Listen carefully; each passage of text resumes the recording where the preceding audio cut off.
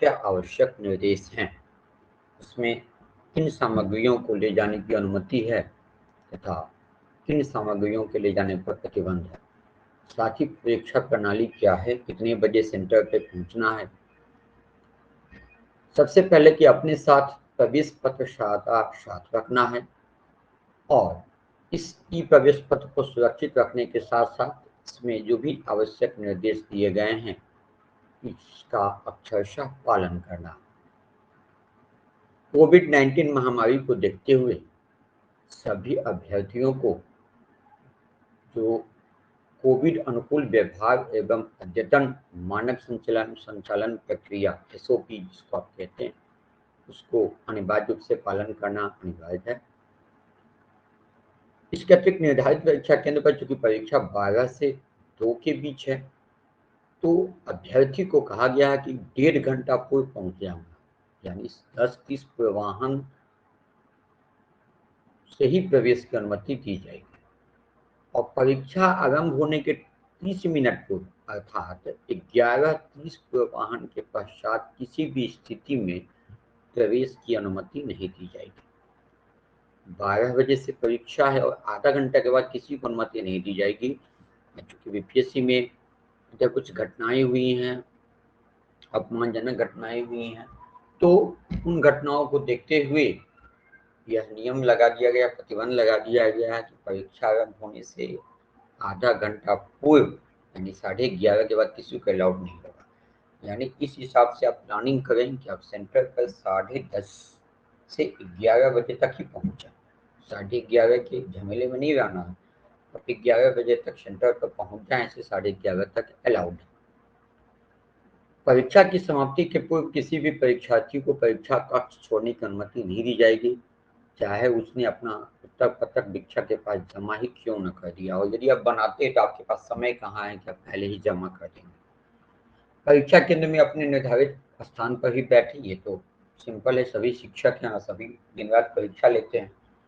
प्रश्न पुस्तिका एवं उत्तर पत्रक पर अंकित निर्देशों को ध्यानपूर्वक पढ़ें तथा उसका अच्छे से पालन करें, ये तो करना ही है।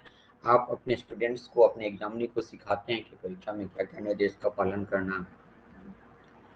उत्तर पत्रक जो OMR सीट के फॉर्म में है, निर्दिष्ट स्थान पर अभ्यर्थी अपने प्रवेश पत्र में अंकित 6 अंकों वाले रोल नंबर को लिखना।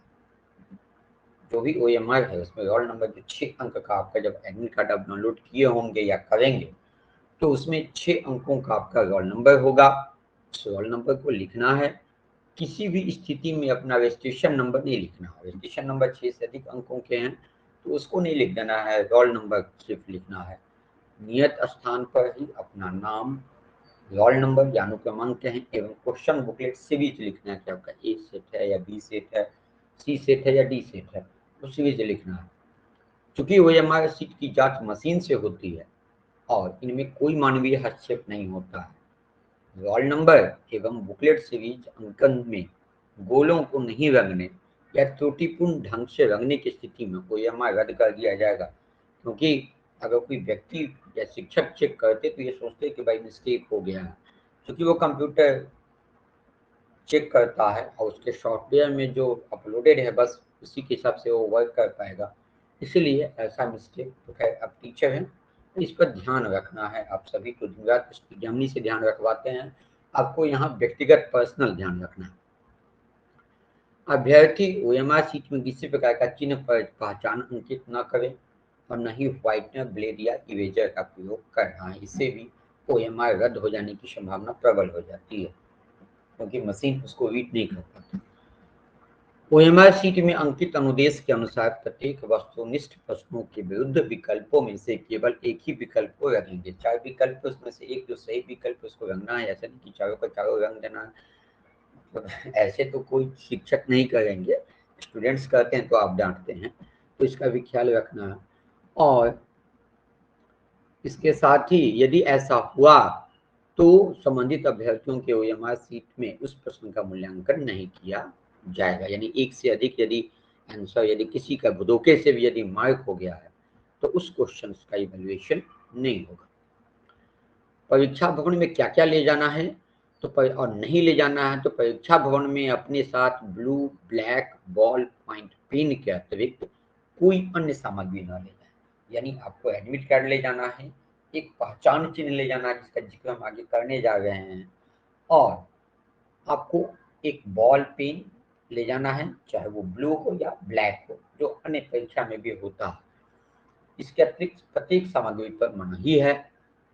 वस्तुनिष्ठ परीक्षा के उत्तर पत्रों में प्रश्नों के उत्तर अभ्यर्थी द्वारा मात्र ब्लू या ब्लैक बॉल पेन से रंगा जाना है, और किसी भी स्थिति में एक बार अंकित उत्तर का बदलाव नहीं होगा। चूंकि व्हाइटनर लगने हैं, न ब्लेड लगने हैं, न इरेजर लगने हैं, तो बदलाव कैसे होगा। उत्तर पत्रक में काट-कूट परिवर्तन या पेंसिल द्वारा अंकित उत्तर को अमान्य कर दिया जाएगा। जब बॉल पेन को मान्य करेगा तो पेंसिल द्वारा जो भी रंगा जाएगा तो अमान्य होना ही है। ओएमआर सीट एवं रोल सीट पर क्वेश्चन बुकलेट सीरीज निश्चित रूप से अंकित करें, अन्यथा उनके ओएमआर से मूल्यांकन नहीं किया जाएगा, क्योंकि सीरीज से ही बार कोडिंग किया गया था। तो आप सीरीज निश्चित तौर पर अंकित करेंगे। तो क्वेश्चन का सीरीज आपका क्या है, ABCD। मान लीजिए कि 20 सेट आपका है, तो 20 सेट का जो जिस OMR रीडर पे 20 सेट के आंसर का सॉफ्टवेयर होगा वहीं पे जाएगा वो। यदि आप मार्क नहीं करते हैं, निश्चित तौर पे आपका कॉपी पेंडिंग हो जाएगा और आप परीक्षा से पहले ही बाहर हो जाएंगे, मतलब परिणाम से बाहर हो जाएंगे। तो इसलिए सीरीज पे विशेष ध्यान रखना है कि बाय मिस्टेक सीरीज ना छूटे। परीक्षा केंद्र पर कोई मूल्यवान सामग्री लेकर नहीं आना है। आयोग इसकी सुरक्षा की जिम्मेदारी नहीं लेगा। ये तुम आप भी कहते हैं कि तुमको अपने रिस्क पे कहीं अगर रखना है तो रख दो, जो भी स्कूल अथॉरिटी है या सेंटर अथॉरिटी है वो नहीं लेगा। तो ऐसे ही अब आपको पालन करने की आवश्यकता है। उसके बाद प्रश्न वस्तुनिष्ठ एवं बहुवैकल्पिक होंगे।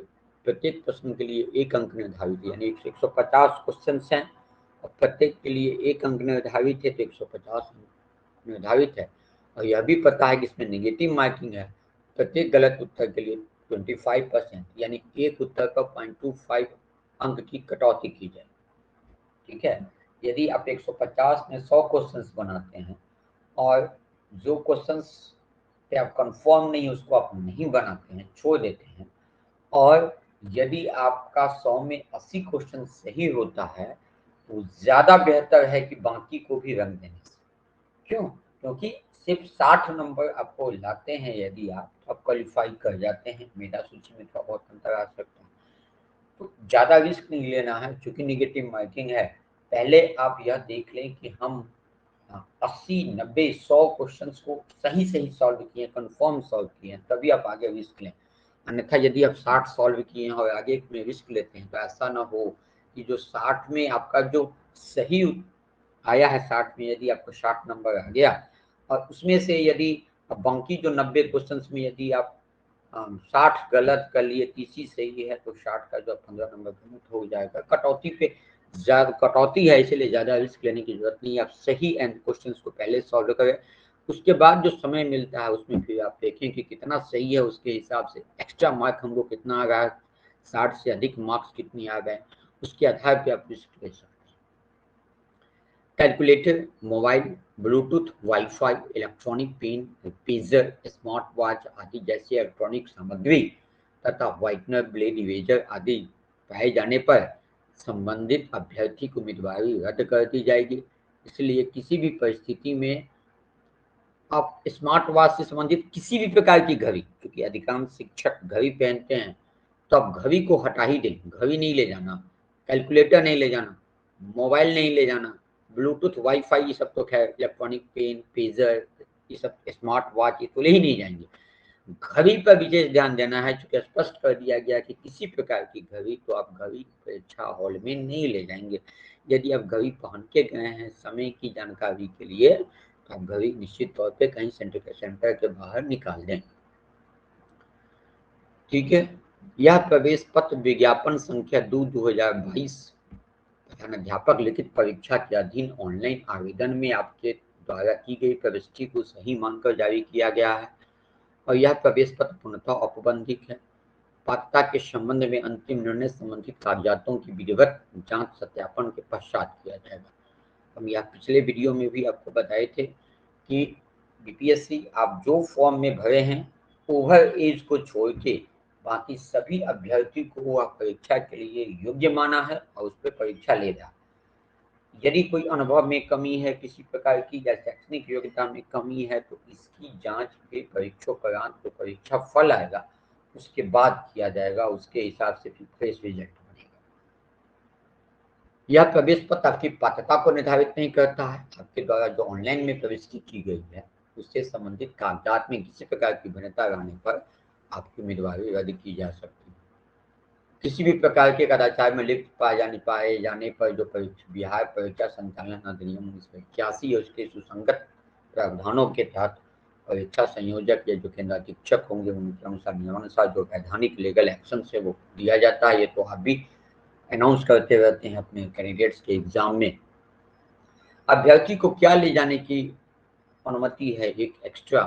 तो अभ्यर्थी अपने फोटो युक्त पहचान पत्र यथा pan card, Aadhaar card, driving licence, voter ID card या पासपोर्ट अनिवार्य रूप से साथ रखेंगे। कोई एक पेपर ज्यादा बेस्ट होगा कि आधार कार्ड रख लें, या जो अगर ड्राइविंग करके जा रहे हैं तो अपने साथ ड्राइविंग लाइसेंस रख लें, सबसे बेस्ट है, जिसे परीक्षा केंद्र पर पहचान के रूप में प्रस्तुत की जा सके।